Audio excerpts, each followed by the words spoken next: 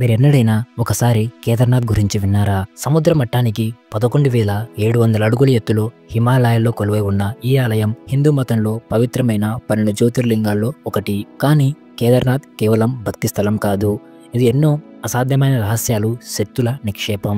ఈరోజు ఈ వీడియోలో మనం తెలుసుకోబోతున్నాం ఈ ఆలయ చరిత్ర, భూగర్భ రహస్యాలు, 2013 వరదల్లో జరిగిన అద్భుతాలు, శివుడి శక్తులు, శాస్త్రాన్ని తలదన్నే మిస్టరీలు. ఈ వీడియోని పూర్తిగా చూడండి, ఎందుకంటే ఇది కేవలం భక్తుల గాథ కాదు, ఇది శాస్త్రాన్ని మించిపోయే నిజాల కథ.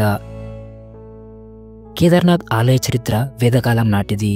మహాభారతంలో పాండవులు శివుడి దర్శించుకోవడానికి హిమాలయాలకు వెళ్లారు. శివుడి వారి పాపాలను మన్నించకుండా దూరమయ్యాడు. చివరికి శివుడు భాగవతం పశువుల రూపంలో ఉన్నప్పుడు కనిపించాడు.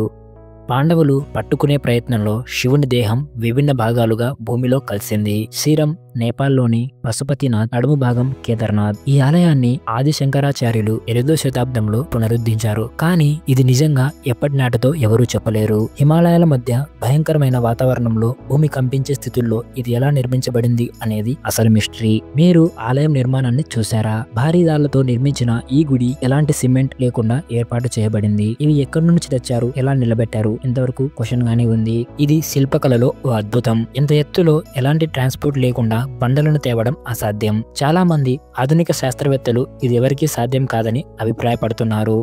అలాగే ఆలయానికి చుట్టూ ఉన్న శిలలపై మంత్రాలు ఉన్నాయంటారు. అవి శక్తులను ఆకర్షించడానికి ఉపయోగించబడిన మంత్రశాస్త్ర రహస్యాలు కావచ్చు. 2013లో కేదార్నాథ్ను వరదలు ముంచేశాయి. వేలాది మంది చనిపోయారు. కానీ ఒక్క ఆలయం మాత్రం ఏమాత్రం దెబ్బతినలేదు. ముందుగా వచ్చిన భారీ బండశిల ఆలయం ముందు అడ్డుగా నిలబడి మిగతా ప్రవాహాన్ని ఆపేసింది. ఇది కేవలం యాదృచ్ఛికం అని చెప్పలేము, ఎందుకంటే ఆ బండ కేదార్నాథుడి రూపంగా భావించబడింది. ఈ ఘటన తర్వాత కేదార్నాథ్ ఆలయం చుట్టూ ఉన్న శిలలలో శివుని రూపాలు స్పష్టంగా కనిపించాయి. దీనిని దైవీ సాక్ష్యంగా భావించారు. శాస్త్రవేత్తలు చాలా ప్రయత్నించారు, ఎలివేషన్ ఎలా అధిగమించారు, శిల్పకళ ఎలా సాధ్యమైంది, కానీ వారికి అసలు జవాబు దొరకనే లేదు. ఆలయంలో త్రికోణాకార నిర్మాణం ఉండటం భూమికి స్ఫూర్తి ఇచ్చే ఎలక్ట్రోమాగ్నెటిక్ ఫీల్డ్స్ కావచ్చని కొందరు శాస్త్రవేత్తలు అంటున్నారు. బాహుబలి సినిమా ఫేమస్ డైలాగ్ గుర్తుంది కదా, ఇది దేవుడి ఊహ కాదు, అది సత్యం. కేదార్నాథ్ విషయంలో ఇది నిజమవుతుంది.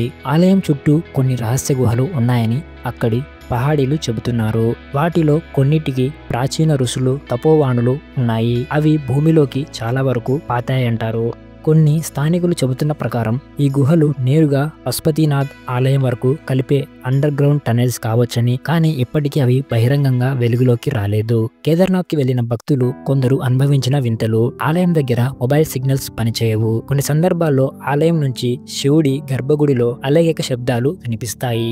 ఆలయం వదిలిపెట్టిన తర్వాత కూడా శరీరం తేలికగా అనిపించడం, అలసట లేకుండా 18 కిలోమీటర్లు నడవగలడం, ఇవన్నీ శక్తుల ప్రభావంగా భావిస్తారు. ప్రతి సంవత్సరం ఏప్రిల్, మేలో ఆలయం తెరిచే ముందు పూజారులు ఆలయానికి పూజ చేసి బయటే ఉంటారు. గర్భగుడిలో దీపం వెలుగుతూ ఉంటుంది. అది ఎవరు వేశారు, ఎవరు వెలిగించారు, ఎవరూ చూడలేదు. ఇది శివుడి ప్రత్యక్ష సంకేతిగా భావిస్తారు. పూర్వం నుండి శాస్త్రం, మతం, విశ్వాసం అన్ని కలిసిన ఓ అద్భుతం కేదార్నాథ్. అలాగే కేదార్నాథ్ కి వెళ్లే పద్ధతులు కూడా భక్తిని పరీక్షించేలా ఉంటాయి. హెలికాప్టర్ ట్రెక్కింగ్ లేదా గురు తీర్చ మార్గాలు అన్ని కూడా శక్తి పరీక్ష.